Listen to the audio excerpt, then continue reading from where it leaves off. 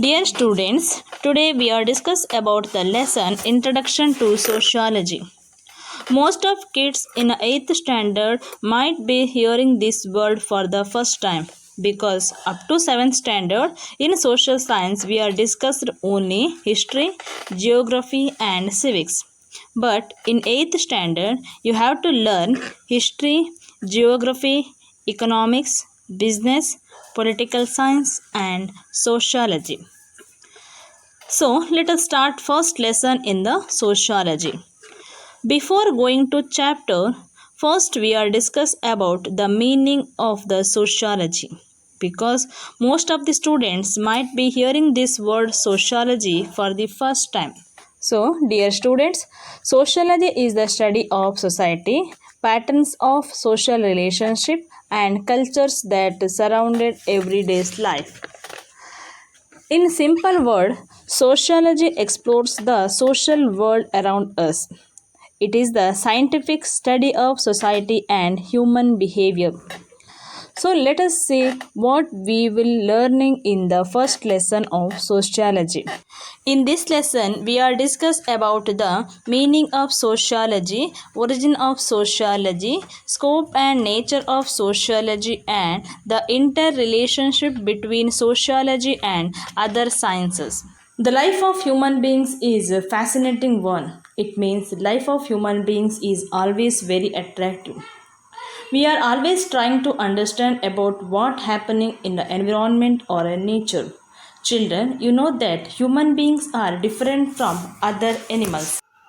Human beings are also called as intellectual beings because we have the curiosity and thinking power. So that reason human beings are called as intellectual beings. There are lot of differences between animals and human beings. Mainly one of the difference we are clearly observed, that is body structure. Next one is a rate of growth, food consumption, creativity and evolution in the brain can be noticed. It is the main differences between animals and human beings. The human society has developed stage by stage.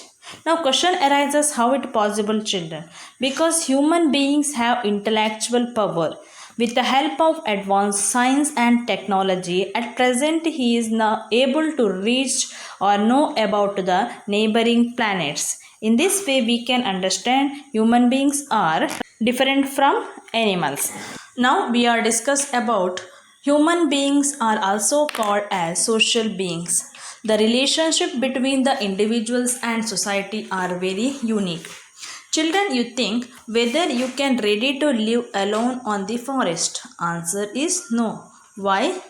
It means in that time you need your parents support and your friend support because you cannot ready to live alone in a forest. In the same way, every individuals want to live with other person. It means there is a no society without individual and there is no individual without society. We cannot imagine any society without any person. In the same way, we cannot imagine any person without support of the individuals. Since a human beings is a social beings, he always want to live with another person. So, the social living is very necessary for development and growth of the individuals. Individuals cannot live without society, and in the same way, we cannot imagine society without individuals. Where is a human beings are living, that area is only called as a society. Human society is also called as a web of social relationship. It means in a society we can see the different types of the relationship. Each and everyone need the help of others. For example, our neighbors, our relatives, shopkeepers, teachers, doctors, professors. All are interdependent to each other. So that reason human society is called as a web of social relationship. We can see the different types of the relationship in a society. Now we are discuss about the meaning of word sociology. The word sociology originated from the two words socius and logos. The word socius derived from the Latin language, it means companion. And the word logos, it derived from the Greek language, it means science or the study. Thus, the word sociology means study of the human society or the science of the human society. Now we are discuss about the definition of sociology. First we are discuss about the Auguste Comte. Auguste Comte was the first to develop the concept of sociology. So he is called as father of sociology.